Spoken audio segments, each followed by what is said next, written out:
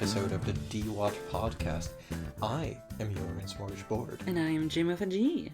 And we have a bit of a confession to make because we were ill-informed last episode. Yes. I was definitely ill-informed because I made no independent research and trusted my co-host. Yeah, and I thought that Her came out after the movie we were actually watching today, which is Ex Machina. Oh. Which saw released presumably only for award eligibility in late 2014, and then was actually broadly released in 2015, which is after Her, which is 2013. So we're sorry, but also we have no regrets. Yeah, no, I think it's fine. But we watched Ex Machina this week. We sure did. And what do we think about Ex Machina, Jürgen? Well, I think the people should watch Ex Machina. I also think the people should watch Ex Machina. We are very controversial here on our podcast. Yeah. Which was actually true when we were doing Black Mirror. And we have some content warnings for you if you want those before watching Ex Machina. They include violence, gore, nudity, sexual objectification, self-harm, and alcohol abuse. Now, we were going through these to really make sure we got these right for this episode, and if you try to find these online, it's just nudity, and it's so many reportings of nudity. Yeah, I mean, I guess it's quite prominent. It is very prominent nudity. Yes, I think that is a very fair way to describe it. But shall we describe the rest of the movie as well, apart from the nudity, of which there's a lot, to be clear?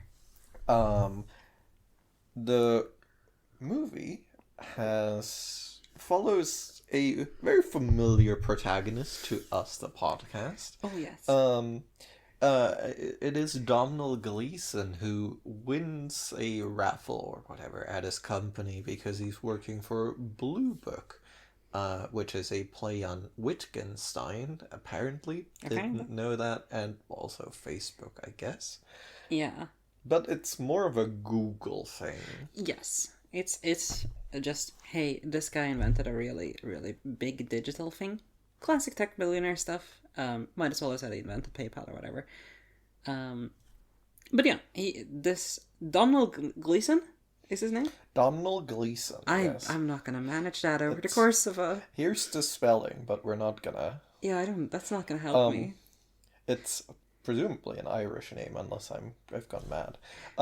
He is invited to the, and I must stress this word is used very intentionally, compound of Oscar Isaac playing a reclusive tech billionaire, or maybe trillionaire. The implication is that he is like the sole founder of this world's Google. To just hang out and sign an NDA before receiving further information. As friends do. Yeah. At this compound,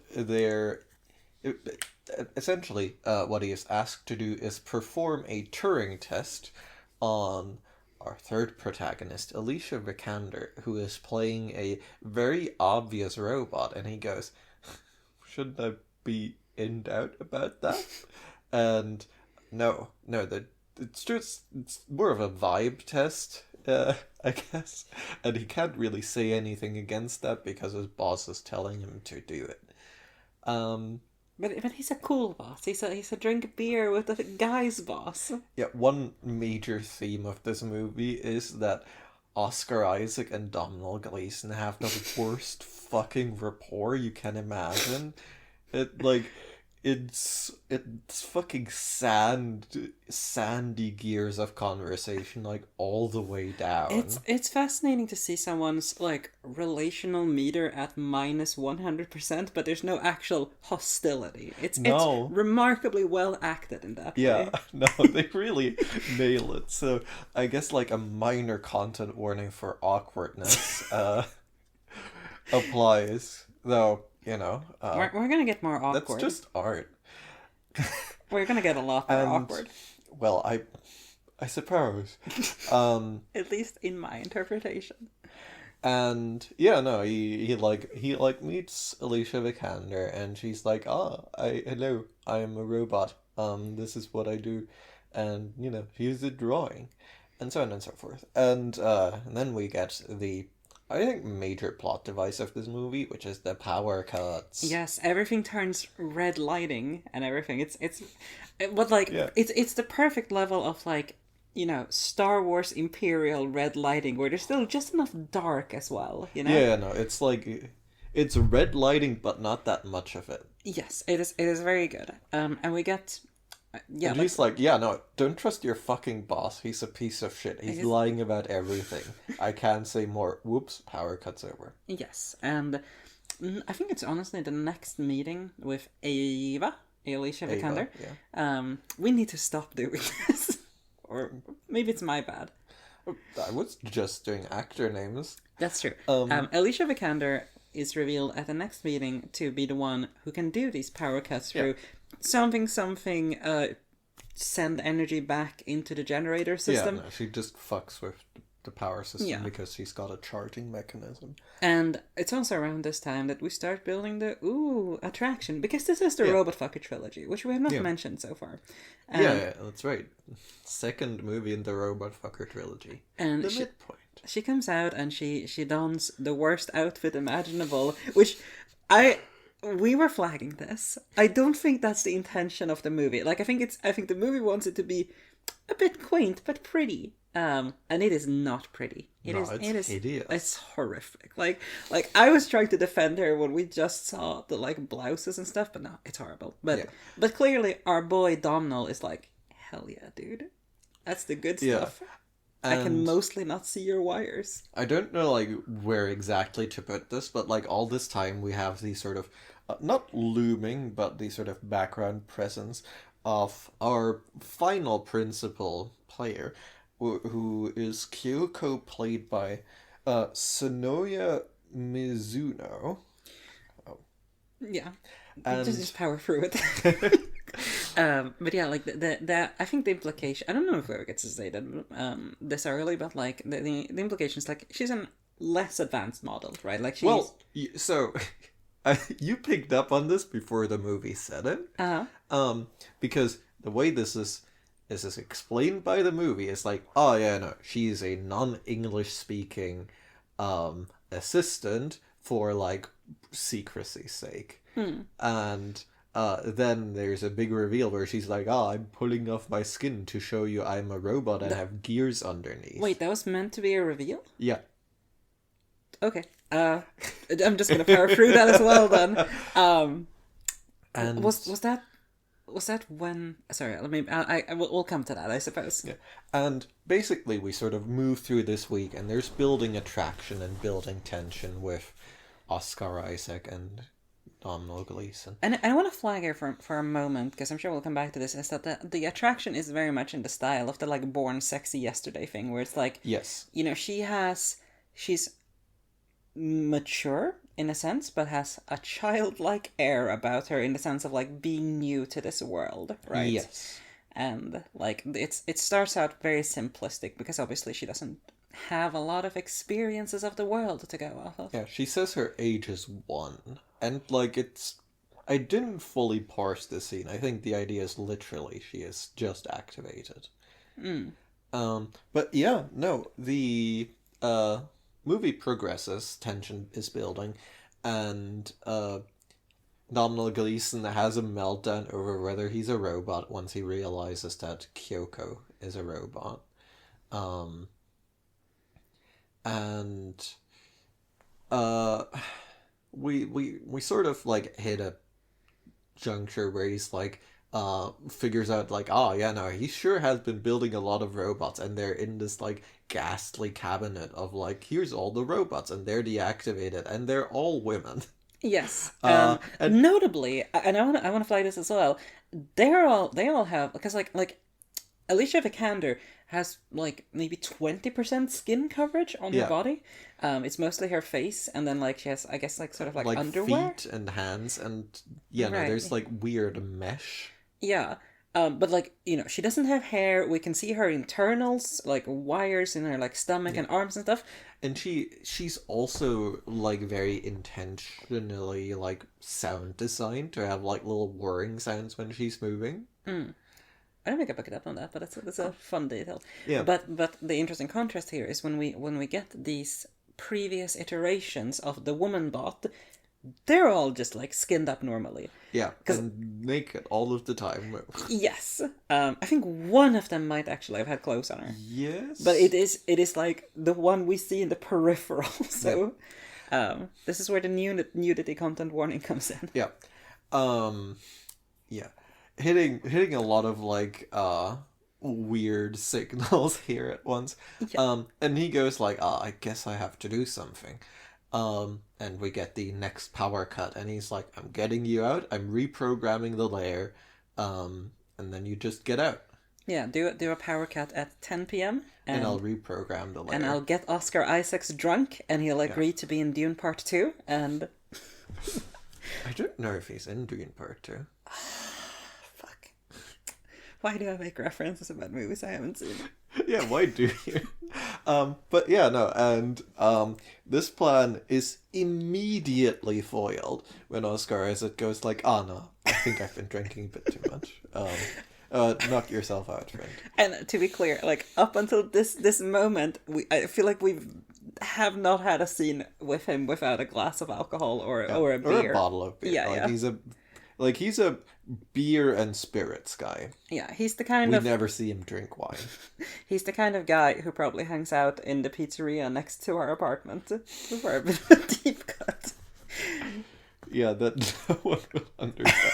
I think that might be a cultural common thing. This is the point where he like pulls the does his big final reveal, like, aha, actually, obviously you have not been Turing testing her. In fact, this has been a test to see if she can, like, navigate the task of escaping from this facility, and thus prove she is AI, because to do so, she has, amongst other things, conceptualize you as a person and as a tool at the same time, and successfully manipulate you into getting her out. And then the power cut hits, and Domhnall Gleeson's like, I actually already did the plan. She's getting out right now. Yeah, I did it last time you got really, really drunk, which is not an uncommon thing here, and I just went for it. I did not do the hesitation. Yeah. And we have a fight scene. The funniest scene in the movie. Well, the order of operations is that the two robots, like, all right, and I think I'm flagging this because it is, I think, important, because while they're having this conversations, like, the robots are meeting, in just, like, a brief cutaway, so it's, we don't get to see any interaction, but once the escape is happening, they meet again, and Alicia Vikander briefly has Oscar Isaac on the ropes, but he is shown to be boxing in all of the scenes where he is not actively drinking.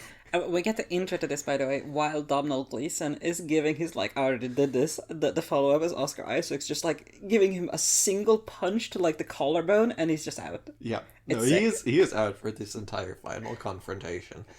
And, yeah, no, it's... she has him on the ropes for a bit, but he regains control. He's using, a dumbbell a dumbbell bar handle, as a weapon. Yeah, as a weapon. And whoop, he gets stabbed by second robot. Yes. Because they have been conspiring, and he has not been paying a lot of attention. And he turns around, smashes the jaw off, and then gets stabbed again from the first robot. And he's like, I can't believe you've done this. The way this sequence goes is he turns the tables on her with his working out all the time strength, and then he just like gets a knife slowly inserted in his back. He turns around, like, knocks off her jaw, which seems to kill her instantly. Yeah, the jaw is where you put the processing. And then Alicia Vikander pulls out the knife. She turns around and is like, what the fuck? And she stabs him again with like slightly too slow precision. And he just has a very strong, oh man. Yeah, no, he is displaying 100% disbelief at this point. He just sort of like walks like 10 meters with the knife just in him, going like, what? I can't believe this is happening to me, a tech billionaire. I've been so nice. Then he just fucking dies, and she's like, grabs the key card, Pass us, Donald Gleason. Yeah, says, hey, you hang out here. Gets dressed and leaves. Gets dressed, both in the literal sense, also in the sense that she puts on skin. And then we get the final scene of her. She had mentioned much earlier in the movie that she wanted to be in a pedestrian crossing, and there she is. Yep. Wow, so beautiful. Pedestrianism, am I right? Walkable cities, y'all. Yeah. It's beautiful. Truly a vision of a better future. And yeah, no, that's the movie. That is the movie Ex Machina that I think like was a massive cultural conversation for like years upon years. I want to ask a question because I try to get out some of my like, hey, what even happened there sort of moments. But I forgot to do this one. Why? Because there's like a helicopter that comes to like, I assume, pick Donald Gleason up because this is like the final day of his like stay with Oscar Isaacs. What is it? Why did they just take away Alicia Vikander? I don't think we are given to understand that this guy is not allowed to get any closer to the compound and is not supplied with a lot of information. Right. So I guess he is just operating on like, yeah, no, pick a person up. I guess there's a person. Fair enough. I don't think like there is no further explanation, but that is sort of, I guess, what we're meant to infer. And he's the unwilling instigator of doom as he brings Skynet to the Norwegian capital of Oslo. Well, I think Wikipedia says this is set in Alaska. The outside shots were filmed in Norway. I don't so I guess know if Anchorage. they say it is Alaska. It must be in Anchorage. Or Fairbanks. Oh. The two cities in Alaska. We're so cool. We know geography. We know both cities in Alaska. So what's up with this movie? Yeah, no, I think this is the most like actually interested in robots movie that we're going to have in the series. Putting out a thesis here a bit too early, because like Companion, like it's not that interested in robots. No, it's a new form of Stepford Wives. Yeah, and there's I want to say that there's elements of that here as well, but not for sure. But I think like there isn't actually like intelligent, like robot interested like concept that is like very central to this movie, which is like, how do you test if something is intelligent? Well, you see if it can recognize other like if it has like, what's the like more cognitive? I guess it is just empathy, right? The test is if she can like recognize another like person and go like, I reckon that this is how this guy is wired. Yeah, like the cognitive empathy, pretty much. Just like it's because part of. I thought this was a very interesting part because like I think the other thing, and I assume we've seen this in Companion. I assume we're going to see this in Her. When it comes to a robot fucking, there are two main through lines, right? There's the robot part and there's the gender part. Yeah. And I think Companion is, to me at least, a lot more interested in the gender part. It like there is this sort of weird free will element and so on. So, like there is stuff going on. I think it's still not like robot. Like that one's more or interested in like robots like free will and like love maybe as concepts. And like all of those are sort of like interwoven with gender. This one we have like direct interest in robot. And it's interesting because like the other part of this is that this and maybe this is a product of the time, right? Because this is like 10 years between these two movies, right? Pretty much, yeah. Yeah, like I think it's interesting because we have a genuinely a lot of discussion about gender, like, and I want to say discussion in universe here. Like we have scenes of them being like, did you make her into me? Like, did you give her sexuality? Yeah. We have the line, I programmed her to be heterosexual, which is, I don't know where I'm going to use that in my life, but like, it just seems like it has potential as a line, you know? I think the like modern version of that is no longer heterosexual but bisexual because Absolutely. I don't want to go too deep into this, but you know, if you get people like writing like sexy people, it is bisexual women and heterosexual men. Yeah. In a lot of like horny fiction. And you know, that's not the whole image, but that's sort of this part of the cultural sphere that has it shifted its ideas in this way now. I want to say there's I don't know, there's something about that here, but like I think that's too early. I think that discussion is way too big. But I think the interesting part about here is that like, to me, just before I processed my thoughts about this movie more, it strikes me that the way gender and sexuality is used here is in two ways, right? Like it's, on one hand, Oscar Isaacs, clearly weird dude, makes a lot of naked women robots, and I don't know if we get... He really likes saying he's God. He does like saying that part. I don't know if we ever get explicit confirmation that he does the robot fucking, but we get sort of like a shot where he like making out with one of the robots. Yes, and it is also like he lifts her dress, and like we only see leg, but we do not see underwear. And it is high up enough that we should see underwear, if there were any. So there's that, and there's like, I think part of this is just Oscar Isaacs in this movie is a weird dude, but he's also very well aware of what he's doing, right? Yeah. Like, there is a discussion where he makes it clear, I put vaginas on these robots and it makes them feel good, so all right, sure.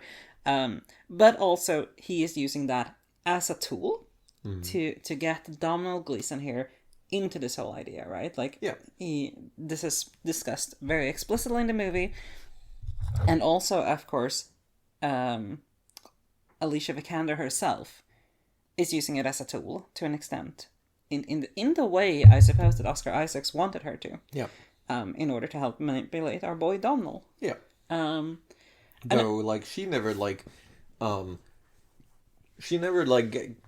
gets to be in the same room with him on like the terms of the experiment.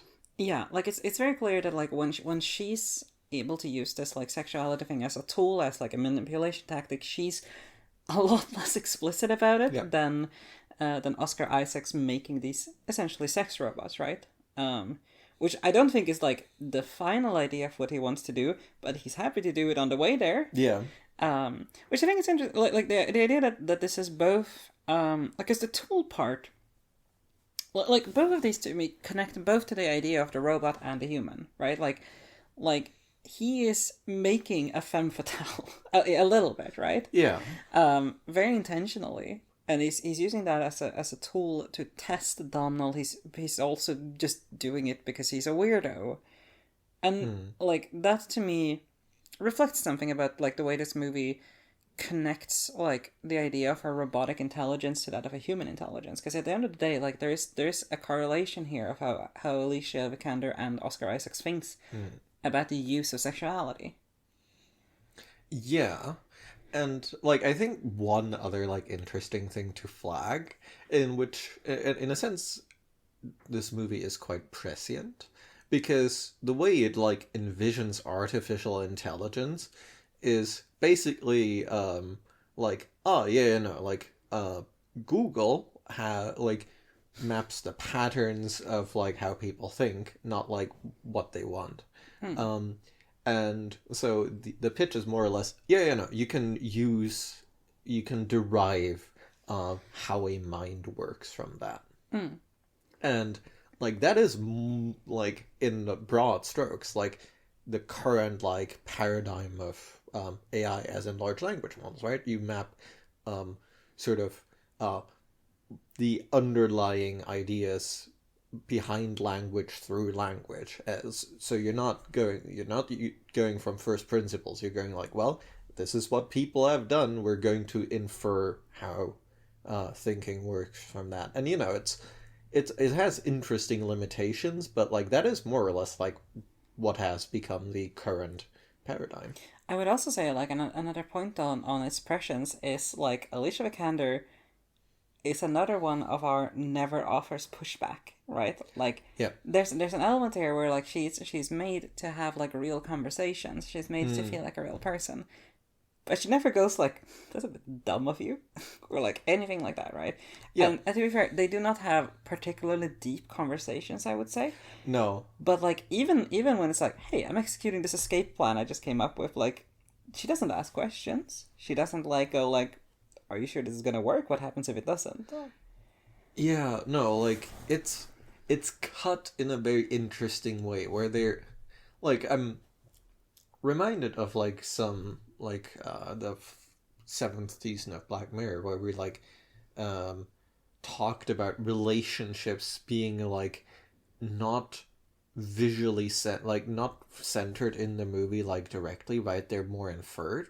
Like we I think the idea is that there might be more interaction between the two of them, but like that's not even entirely clear. But like that's the thing is that like if you're so here's the thing about like how you depict relationships in media. If you want to be like, hey, these two people, they have a relationship together, or at least hints of a relationship, and it's good. Yeah. The way you cut that is like imply a bunch of stuff is happening in the background and then show the most important bits. Yeah. Like the things that are the most dramatic or like like loving or whatever. Yeah. And the parts we get, apart from the like, hey, let's escape, or like, oh, Oscar Isaacs is a bad dude, are very trivial. Yeah, or like her going like, I'm picking up that you're flirting and I'm making it more explicit and expressing interest also. And there's the line there's a line offered by Oscar Isaacs when asked about like, hey, did you make her like me? She's like, programmed her to be heterosexual.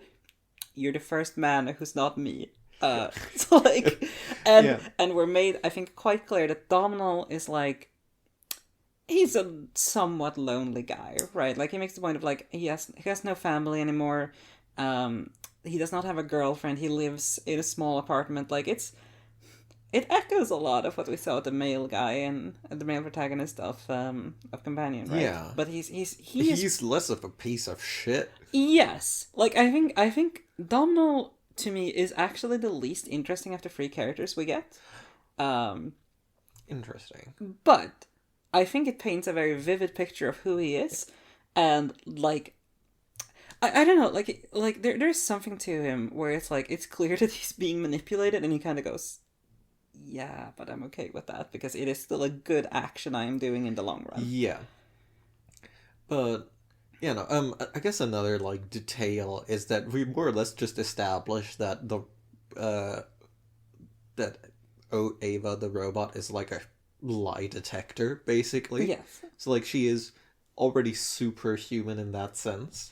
Even to the point like there's one where she's like asking about his earliest memory, and he like I don't think he perceives what he's saying as a lie. Yeah. And then he's like, oh yeah, there's one earlier memory. Yeah, and I think this also sets up like her asking him if he's a good person, and then never confirming that she thinks he's told the truth when he says, yeah, I guess. See, like, there is something there that, like, I don't know where to go with it. Because, like, if you do a good thing and it's exclusively powered by your horniness, or perhaps more in this case, desire for companionship, what does that make you? And like, I think the movie comes off judging Domhnall quite well, alright? Like, there's an interesting scene where Alicia just leaves him. Yeah, she does just leave him behind. And I was thinking about that scene, because like, you could take that scene and just be like, AI are evil, exclusively self-interest, whatever.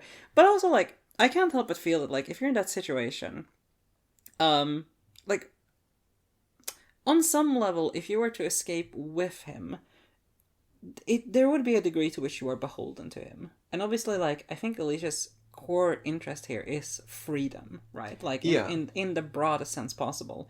So, like, if she runs off with him, he still has to, like, well, I know how you're made. I know, like, I could report, like, what all of this happened.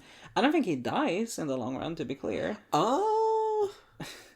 Well, I guess that's completely ambiguous, actually. Well, we do see him, like, actively attempting to escape and, like, not making a fucking scratch in, like, the glass door that's keeping him in. I just think, I don't know, like, there's something about the narrative here that feels like you could throw that in. And if this was Black Mirror, I would be like, yeah, he just dies. It's bleak, whatever. But, like, I don't see the point of him dying. I see the point of her leaving him. I don't see the point of him, like, actually dying, narratively. But I suppose it doesn't really matter, because it's not about him. He has a very... Like, I don't know how to feel about Domhnall in this movie in the long run.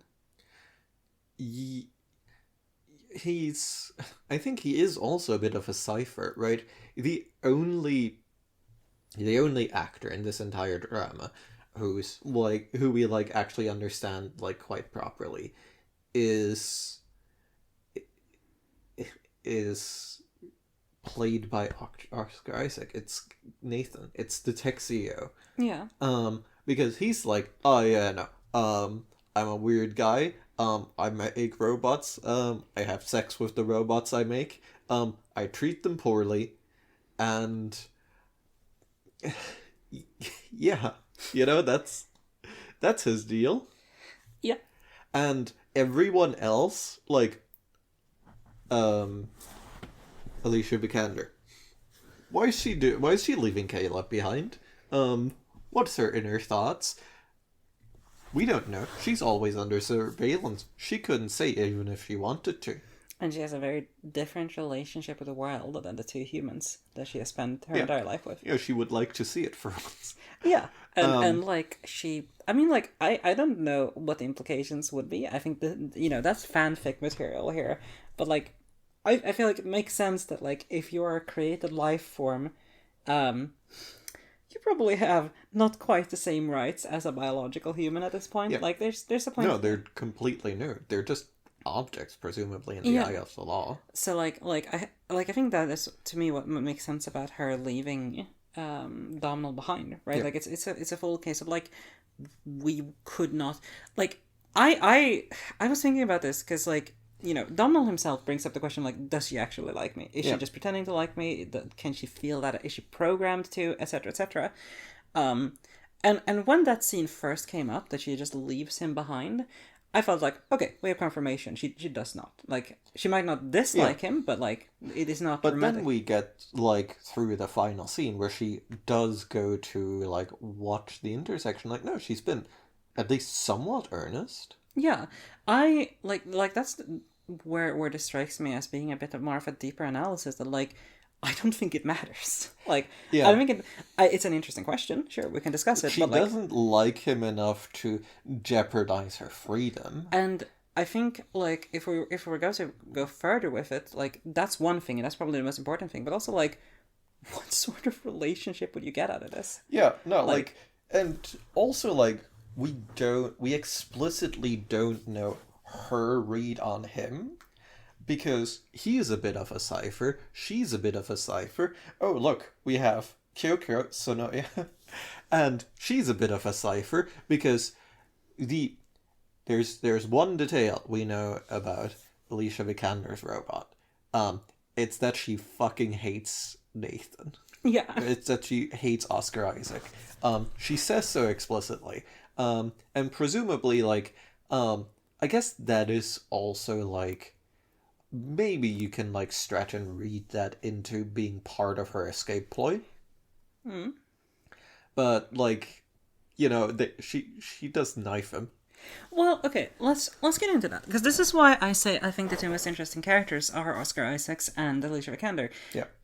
Because they're the actual players of the game. Yeah. Everyone else, like, is just straight up trying to help Alicia. Actually, Yeah. it's like, oh yeah, second robot, like, almost like suicidally in favor of getting her like, I guess, successor in a sense. Like, there is, by the way that the robot's technology is described, there is like a strong familiarity between these two even. Yeah. Just straight up going like, yeah, no, willing to, like, risk everything to kill this guy potentially, because she brings the knife. She is the one who enters the knife into the situation, and kill this guy, get her free. Right, those Yeah. are her clear priorities, and I think, like,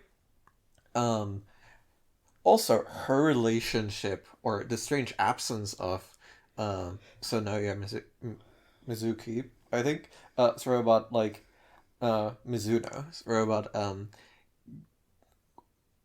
the absence of her robot's relationship with, Donald Gleason's, right, is very marked, because he, like, sees all that weird stuff going on, and he's like, he doesn't communicate about it, right? He sort of, like, lapses into the same mode of, like, treating her as, not badly at all as Oscar Isaac's CEO guy, but at the same time, like, very much going like, yeah, I don't know what to do with you. Like, I'm never mentioning what I think about how you should escape, right? There's just, like, he just doesn't, like, act on any. He doesn't act with any intent towards her. He's just sort of, like, fumbling a bit, and I think that is also a way you can read into, um like, the decision to leave him behind, Yeah.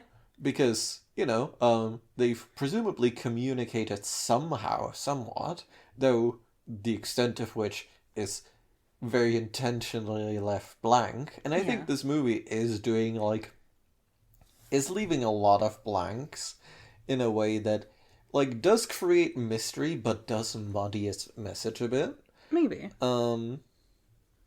Because, like, straight up, like, the robots meet, like, do they just convey, like, hey, this guy hasn't been trying to help me, just you, who he's horny for, right? Is that the morality test he fails to, like, get left behind? We don't know. I honestly do not mind all of the things they leave blank. Because, like, one of the things that I focus most on in this movie when I think about it is that it has this running conversation about Alicia Vikander, and, like, the things she does that, like, there's a point, like, so Oscar Isaac's main test here, right? Like, Yeah. he frames it as, like, oh, will you feel things, like the early things, more like, oh, will you feel that she's real? And then, like, well, after the reveal, it's like, is she capable of manipulating you? Like, it's talking about theory of mind, right? Like, Yeah. is she able to read your emotions and use that as a tool to get her out of here? And I don't see how that shows consciousness, right? Because, like, that's the implication of, like, I know that's not what the actual Turing test does. I want to frame that. Yeah, no, But the Turing test, I don't think, like, enters much into this conversation, because it is a diversion. is it? Well, yeah, because the actual test is, like, the maze game. So, like, Turing test, like, is at least, at most, like, vaguely familial with, because the actual test is to try and see if she can conceptualize another mind, right? And that's, like, it's quite distant from the Turing test. Right, but what I'm saying is, like I think functionally, So the way the Turing test is framed in popular discourse is this machine conscious? Yeah. This is incorrect, but it is the way it is brought up, and I think that is what the movie is still trying to hint towards, both with that and the fear of mind is another huge thing in like actual like looking at like animal psychology and stuff like that. To be like, can this person or can this thing or animal or whatever be conscious in the way of being able to conceptualize other minds? Yeah. And to me, like, we can discuss that to a large extent, but I think the interesting part of this is that, like, no part of what Alicia Vikander does conclusively proves that she has a free mind. Yeah, no, The like closest would be going to the pedestrian crossing. Yeah. No, I think, like, the thing is that, like, her manipulations are, like, what are they? You know? Like, they're not that complex. She's just, No. and she might just be, like, earnestly, like, ooh, hello, my first boy, you know? Like, straight up, like, that is not an interpretation that the movie precludes. No. Again, like, her feelings are behind a veil here. And I think, like as you say, she does not manipulate with a huge degree of skill. I think it's more the point that like Domhnall is quite vulnerable. Yeah, no, he's down bad. He formulates the better part of the escape plan, executes it before even telling her about it. Yeah. And then it's like, by the way, turn off the power. You're good. That's all you need, baby. But the thing I want to analyze here for a moment at least is the like idea that like so Oscar Isaac's real plan is get this little soft boy lonely nerd get manipulated by the robot very weak femme fatale I've set up. Yeah. And if this goes well, hey, that's it might not prove consciousness, but it proves some degree of theory of mind. Yeah. It proves skill. It proves like a fairly advanced intelligence here. Yeah, a lot of ability to infer. It's a pretty cool idea for a test. Yeah, like an emotional intelligence, and I would say, and like some interesting pointers at least to morality, right? Yeah. But like the way Oscar Isaac sets this up is like, okay, she will manipulate this boy, they will try to escape, I will foil them. Yeah. What actually happens is all of that except the foiling fails. Yeah. So like at this point, like Alicia Vikander has just followed her programming. It just turned out that the guy who was meant to be like the key in the lock is a bit better at being that key than Oscar Isaacs predicted. And that to me is fascinating. Yeah, no, this story is massively about hubris. It's massively about hubris, but it's also just like specifically the idea that like, hey, I'm breaking free, in parentheses, by doing exactly what you wanted me to do, just a bit better than you expected me to do. Though, like, the idea, I don't think, is that she has been programmed for purpose, right? It's that she is a generalized piece of intelligence and proving herself by doing this. But of course, you know, doesn't matter. Like that's the point to me. So like, because this is where the free will stuff comes in, right? Like Oscar Isaacs has set this up, right? And it's not on rails, right? This is not a railroad. But he's put enough incentives around, right? Like, he goes like, hey, like, you're very intelligent. Like, maybe, whether her desire for freedom is implanted or not, like, it wouldn't be unreasonable to be like, most intelligences seek out new experiences to some extent to learn. And, like, there is, like, some implication that he makes himself, like, intentionally disliked to make her want to escape. Yeah, absolutely. We get that quite explicitly. Yeah. And that's another scene I want to focus on for a moment, because so Donald Gleason gets some weird access to the cameras quite early on, right? And at one point, halfway through the movie or so, he sees Oscar Isaacs come in and, like, do the cool guy sit on a table next to Alicia Vikander and goes, like, and we don't get the audio. He, like, picks up her drawing and goes, like pulls it apart very demonstratively. Yeah. And, you know, then the next time they meet, Alicia Vikander goes, look at this drawing he ripped up. It was of you. Because you're my boy. And then, I don't know why that got me a little bit. Later, when we get the reveal of Oscar Isaacs being like, I have battery-powered cameras, bro. It's not that hard. Well, specifically, he set one up before the Yes. final interaction. Yeah. But specifically, like, we get that scene again with audio, and he just comes in and goes like, man, I wonder if he's watching. Shame he doesn't have audio, though. Like, he's very clearly, like, having fun with it. Yeah. And he does the, like, I'm gonna rip up this drawing you made, so you've got a piece of cruelty, of my cruelty to show. No. She prompts him, right? She's like, I fucking hate you, you piece of shit. And he's like, anger reaction, rip up the piece of drawing. That is at least how he interprets it.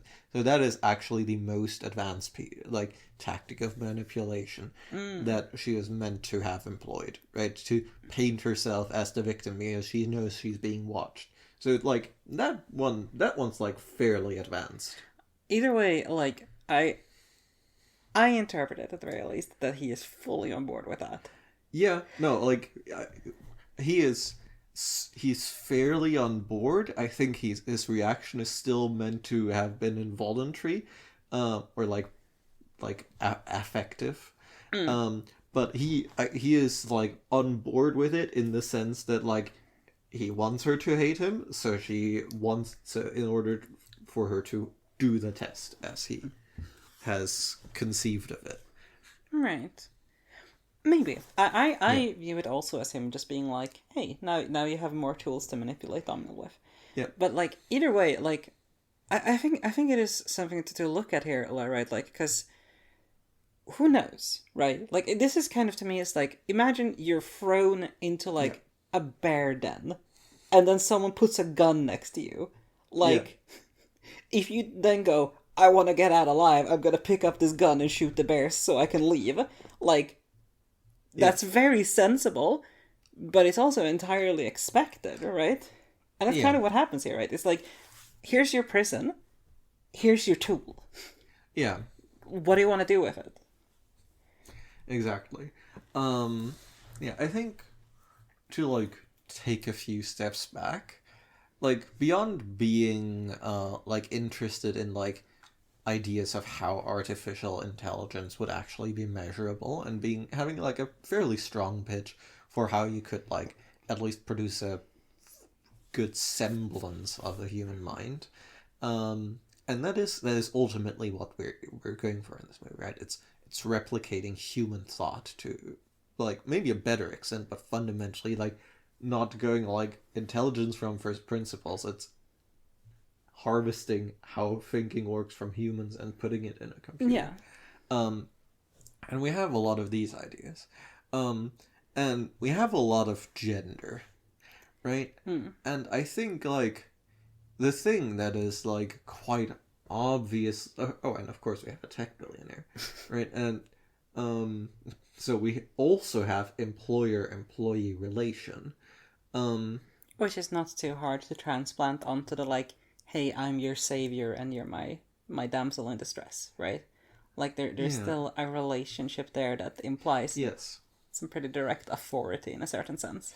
Yes. So I think this movie like ultimately like is very interested in power, right? And I think there is like some extent to which this movie is more or less going like, oh yeah, no, power is evil, bro. Right? Like Oscar Isaac like is sure presumably like Elon Musk wants to be this guy. Oh yeah. I think including the substance abuse problems, I guess. He started Oscar there, which is unfortunate. Yeah, Oscar Isaac does not abuse substances as much. Yeah, no, he's a healthier boy. You know, he purges himself sufficiently, I guess. But like he does clearly provide like, oh, actually, it's Mark Zuckerberg who really wants to be this guy.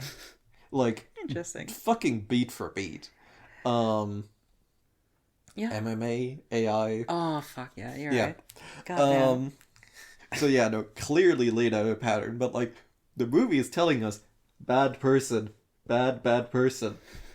Like because he is evil on all of the like sort of power relational setups that we have. Like he's like he like fucking strong arms his employee through the NDA. He is being an insane sex creep with like a whole building robot situation, and he's like, oh yeah, no, I'm playing God, brackets evil, to like test if this computer worked good. Yeah, I think it's an interesting because like it's another step of ours of like examining what's up with fucking tech billionaires, man. Yeah, And they've seen this movie unfortunately and not have enough, don't have enough media comprehension. of course not. I think you can't. A lot of art is directed at upwards criticism, and if you're on that top, you absolutely cannot cognitively accept that. Yeah, Because then it would feel real bad.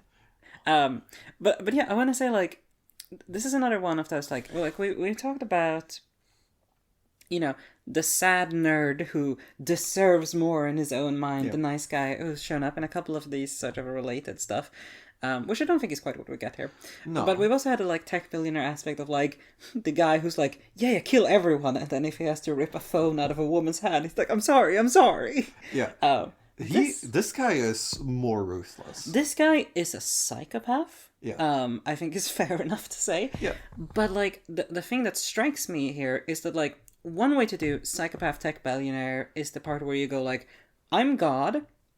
I'm gonna be the inventor of the next step of the human evolution, right? Like he kind of alludes to that in one conversation of being like, oh yeah, the AI will eventually take over and we'll be like fossils.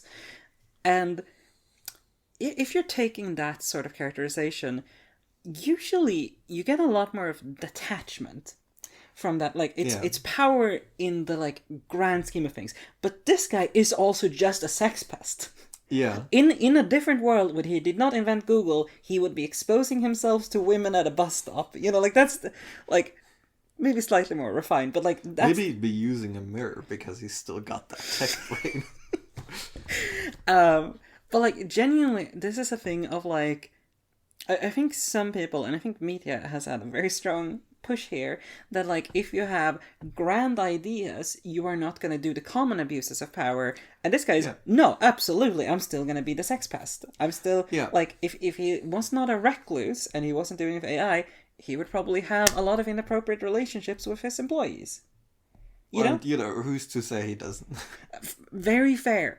Yeah, no, he's just now has a more convenient object for his. Yeah, he gets to skip a couple of extra steps into like abuse. Yeah, he doesn't like have to go through the social awkwardness of getting someone into a bad situation. Yeah. I think like pulling that together with these like thoughts about AI, like I think there is like a fairly like straightforward, like there is like a nice, well, it's not that straightforward, but there is like a notion in here where it's like, do not create AI. It is impossible to do so in a moral way because like in this movie, like I think is very straightforwardly on power corrupts, right? It is like it is interested in these relationships of power imbalance and how they're all like fucked up. So the idea I think it is going for straightforwardly here is like, if you create life, you put yourself into a position of power, and you're going to abuse that power because you have power, and that's what power does. I would amend that slightly because like, and perhaps I'm taking this a bit more optimistically, but like so it depends what you mean by creator, I suppose. But like to me, Domhnall existing suggests that like his role in the movie, to me, is about like he means no ill. He might be a bit poorly focused. Yeah. What with not saving the other robot, for example. Which, or not. to be fair, like his plan does just also save the other robot. Yeah, I think it's ambiguous. Like I think there's an interesting scene where he like she's lying somewhat sultrily, I suppose, naked on a bed, and he seems very uncomfortable with this. Yeah. So like I don't think he's meant to. I genuinely think he's meant there to suggest that like no, like you can have power over someone and do not want to abuse them, But the thing is, Your power still corrupts the relationship. yes, And that's ultimately like why his like moral standing in some sense doesn't matter, right? Because yeah, like sure we can like speculate about why does he get left behind.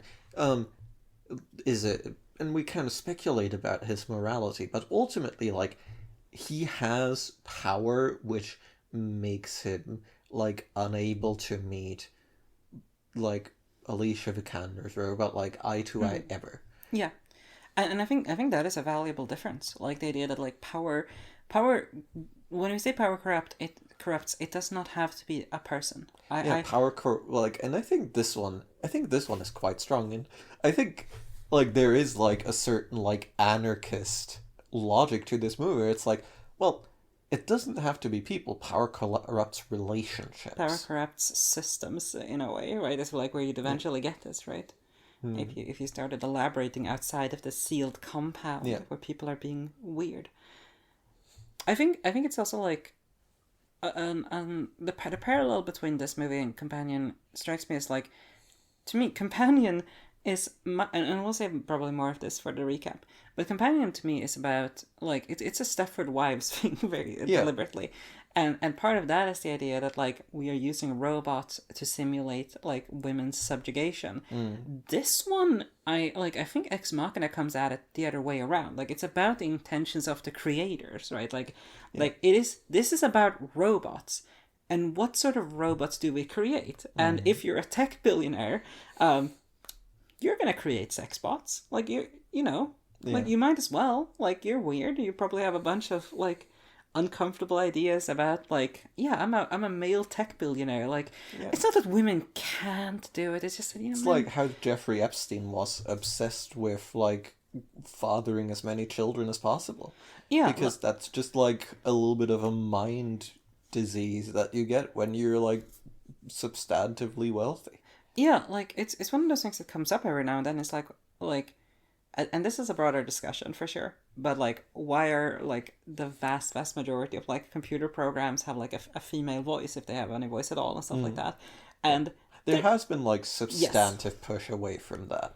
And it's yes, sort of its success is sort of like haltering. but the other point of that is that people will also bring up studies that say that most people prefer like female voices, Yeah.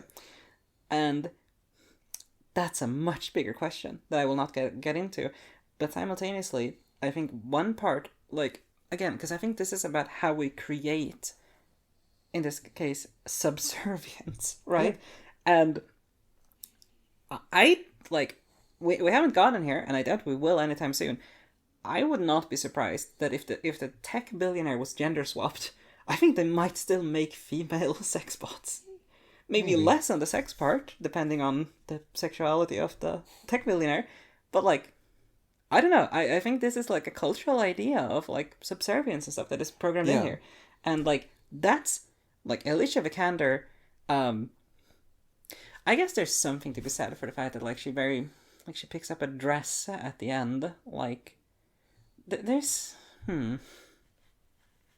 because otherwise I was gonna say that like the whole gendered aspect of Alicia Vikander, you could say programming. You could also just say clearly easiest way to manipulate this. Genuinely, like he's stated to be straight. He's stated to be a bit Yeah. like lonely and stuff like that.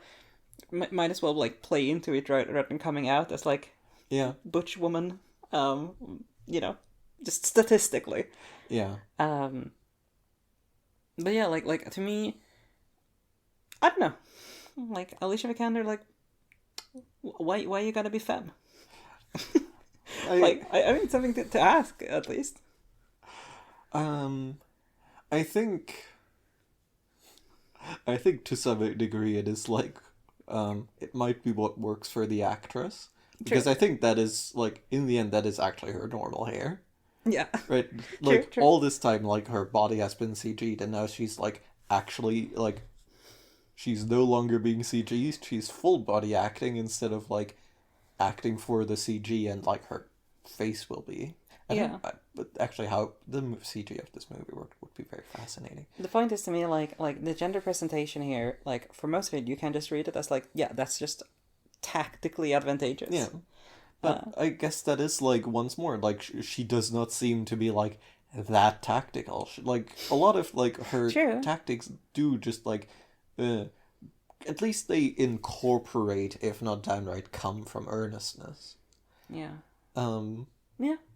So, like, I do think there is, like, meant to be, like, a, like, ray of light at the end of this, because, like, she escapes all these power relationships, and then she is, like, in the, I think, to the movie, quite meaningful way, free. Yeah, and then she's gonna have to meet patriarchy. Oh, rip. And capitalism. Anyway, sorry. Yeah. Bad joke. I think there's like an interesting little bit in the middle of this movie as well, during the sexuality talk with Oscar Isaacs, where he goes like, yeah, programmed to be heterosexual. You are also programmed to be heterosexual. Yeah. I don't know how, maybe it's genes, maybe it's your upbringing, but you are programmed that way, you didn't choose. Yeah, no, you didn't. And, yeah. Yeah, like, I mean, I think that's fair, and I think that's also, like, you know, like, commentary on creation, right? Like, it's a commentary on, like being created, perhaps metaphorically by society, but also literally in the robot sense. And, like, these decisions are arbitrary. Yeah. Yeah. And yeah, no, I think I do just have to flag, like, a lot of these thoughts about, like, how do you ethically create AI probably do not apply to current, like, LLMs. No, we're good for no minimum a decade. And, like, here is a rare positive spin. Like, maybe LLMs not being true artificial intelligence is extremely good just from an ethical outlook. Like, oh yeah, no, here's a new way that computer can process words. That does not, like, drag us into the fucking ethical implications of mechanizing sentience.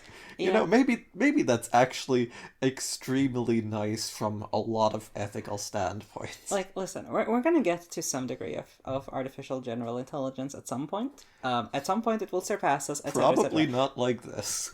No, and, like, sure, it's gonna be great technologically, but man, it's sick that we don't have to do the philosophy around it quite yet. I think this movie contains a strong argument that if we did, we would not be ready to ethically reckon with it. We would not be set up to ethically do it. And I think that's still true today. That's more true today. So it's probably good that it's not happening. And definitely do not leave it to a tech billionaire in an isolated part of Norway, Alaska. If they're into MMA, extra flag. If they're into substance abuse, extra flag. If they've already made another 10 naked robots. If they've built a weird compound for making naked robot women in, big flag. And if they absolutely tear it down on the dance floor. You know what? Maybe that's a green flag. Maybe that's okay. I'd say so. That shows artistic commitment and maybe some thoughts about existentialism and such. Yeah. I do just have to say, this movie has, again, like, I didn't bring this up during this podcast until now, I suppose. The stabbing scene was so unintentionally funny to me. Yeah. And there's another great, absolutely fantastic scene where Donald Gleason is like, hey, can we talk about some of this stuff? Like, I saw you tearing up her, like, cute little drawing, and Oscar Isaacs is like, watch me tear it up on the dance floor, and we just get, like, a half-minute dance scene as Domhnall looks somewhere between baffled and horrified. It's hard to say. It just has this... The dance scene just fucking rips. I love this movie's just, like, general cinematography. There were times when I was like, was this directed by fucking Ari Aster? Okay. I was going to do this off the air, but now we've hit the dance scene, so I might as well do it on air. Does the dance scene contain any, like, thematic notions that we've, like, overlooked here? Because okay. It hits the movie like a fucking truck, in a good really way. Does. And, like, it comes and goes. Okay, shall we do our usual podcast stretching? Because I think you can make some points about, like, this guy is very flippant about what he's making. Yeah. Right? Like, he is completely unconcerned with the ethics surrounding this. He believes he's making the next step in human evolution, and he's like, like, I don't have to, like, think about that or anything. I just have to make prophecies. And I feel like I think the dance scene might be most the characterization of that he's just so fundamentally uninterested in that, and he's just happy to dance with his weird sex bot. And, like, I do sort of want to, like, I think even though he's clearly evil coded, I do think he has a point, like, hey, if we built robots, like, we could build them to be able to, like, have fun, to tear it up on the dance floor, to enjoy sex, to have food. They could like food. There's a maybe great do a line of coke. It's like, at some point you run into, like, the problems of like pleasure and stuff like that, where it's like, do you want the AI to have access to just a pleasure box, right? Yeah. I don't know. It's weird. Like, our human brains are not really meant to comprehend that. I guess, like, what it does for the movie is just, like, straight up flag, like, Oscar Isaac as, like, just, like, a weird fucking guy. Right? Like, that is where, like, sure, like, communication has been fucking terse and awkward and bad. Yeah. And I think that is where, like, it is fucking taken out back and shot. Yeah. Right? That this guy also is not human in a quite meaningful way. I think this is the part where we get, like, it's not just a disconnect between two people, right? Like, it's an unequal disconnect. One of these people is disconnected from interacting like a human being. Yeah. Yeah, I mean, I think that's it. It's just a great scene. Like, it's just good. Yeah. I don't know what to say about it. Like, I think it's distinctly a scene you have to watch. And I'm sorry that we've spoiled it for you, because I think it would probably... I don't think you can spoil it. I think a little bit. But yeah. Good movie. I wasn't sure about it at first, I will admit. As I'm sure Jorgen noticed, the flirting, quote unquote, in this movie. Oh yeah, no. Like, really, it has brick to the face levels of real subtlety. Episode 2 energy. I don't get it. Star Wars. Oh yeah, and that's entirely intentional. And I got it. Like, we know she's a robot. Like, it's not like, oh, this bitch is going to be coming out with having written The Art of Seduction. But, like, I mean, genuinely, like, the way this movie, like, sees, like, the viewer, like, coming quite a few times and goes, like, psych, right? That's usually annoying, but here it's just like, yeah. Alright. Well, he thinks he's a robot, like a fucking idiot. Like, it, to me, I think this, like, you can be smug about that in the writing room, but I think this one feels like it's just diffusing, like, no, that's not where this movie is going, don't worry. And it's like, it's still incorporating those turns, like, to dramatic effect.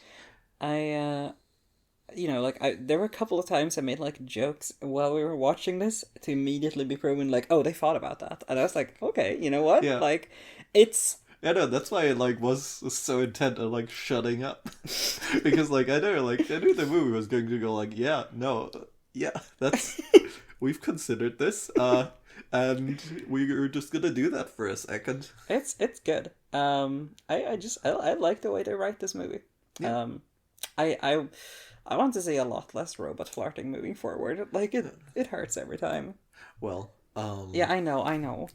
I think we're going to have to really make you suffer next week when we're watching Her by Spike Jonze. I heard vibes about this movie, though. I really know very, very little about the core conceit.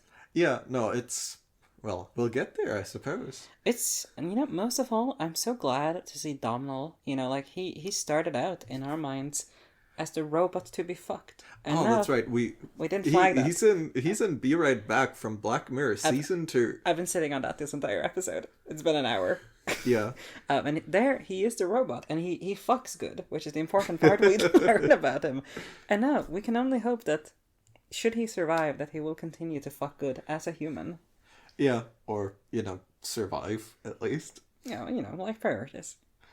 I guess what's the point of living if you don't fuck good?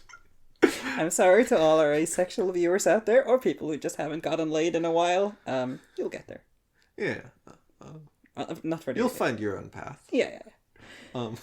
We shall see you on the other side with her, the finale of our robot fucker trilogy. Yeah. Thank you for listening. Thank you for listening, and don't fuck robots. I mean, ethically fuck robots only, but Yeah. find a way to do that first. I don't know if we have yet. We'll see you next time. Cheerio.